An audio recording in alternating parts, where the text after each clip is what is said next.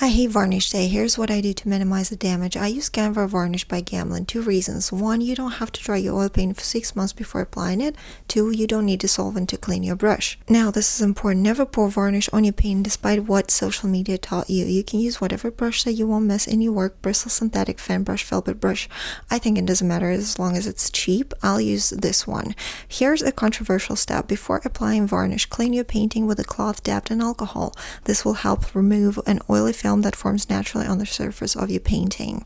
The varnish will adhere better and more evenly. Just make sure your painting is dry to the touch before doing it. Applying varnish is very stressful. You have to make sure the coverage is even, there's no dust or hair, and you have to be pretty fast but thorough. Gamma specialists suggest to use the bare minimum amount of varnish needed to cover the surface. It's always best to apply several thin layers than one thick one. It's best to dry your painting vertically to avoid collecting dust. As much as I despise varnishing, the results are always very satisfying. The values are restored and the colors are vivid.